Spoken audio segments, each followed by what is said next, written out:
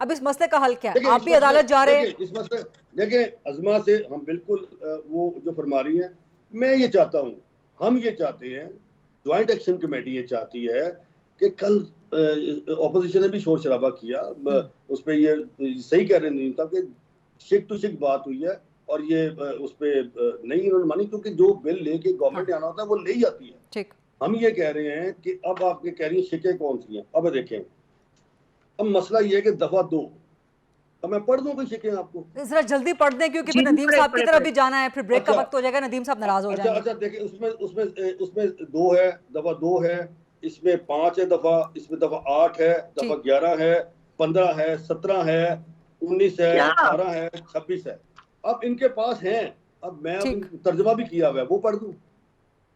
जी। बता देना कौन सी शिक पे, बताएं बताएं ताकि मैं अच्छा जवाब दे सकूं।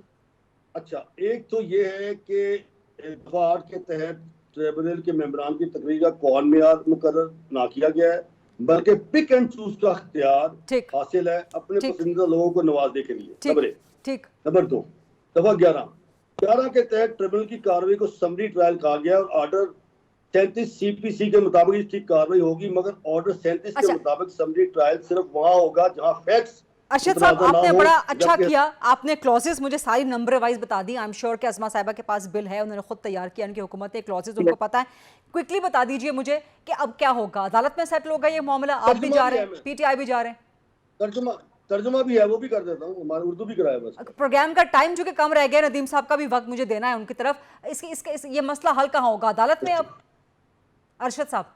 मेरा ख्याल है कि जो जो ज्वाइंट एक्शन कमेटी का है वो हम अदालत में जाएंगे, और सियासी जमातों से राब्ते कर रहे हैं, वकला तंजीमों से, एचआरसी हाँ। पे से, तमाम लोगों से ऑन बोर्ड हैं, और हम तो दरवाजा जो है अदालत का खड़काएंगे। इस सारे कानून में 28 क्लॉज हैं डिफरेंट।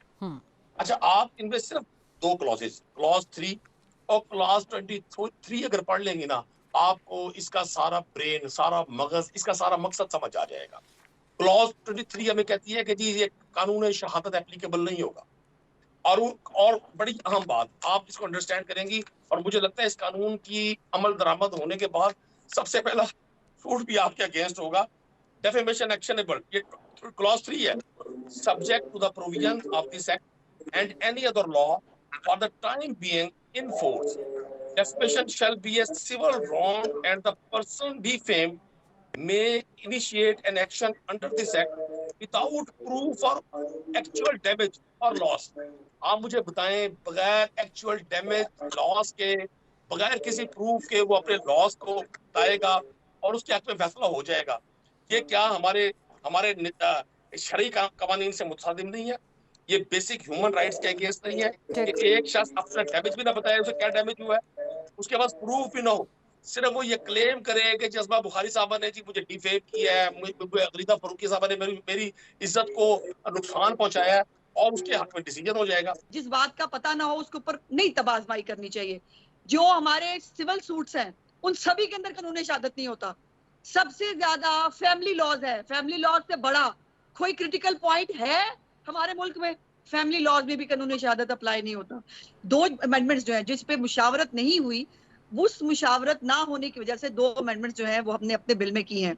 एक तो कॉन्स्टिट्यूशनल पोस्ट के ऊपर जो है इस टर्म पे एतराज हुआ था कि जी ये कॉन्स्टिट्यूशनल पोस्ट जो है, ये कॉन्स्टिट्यूशन के अंदर जो लोग कॉन्स्टिट्यूशनल पोस्ट नहीं कहलवाए जाते उनको आपने इसमें क्यों डाल दिया है? हमने वो मुशावरत जो नहीं हुई उसके मुताबिक हमने इसके अंदर अमेंडमेंट करके उस कॉन्स्टिट्यूशन पोस्ट की बजाय हमने जो है पब्लिक ऑफिस होल्डर जो है उसको बना दिया।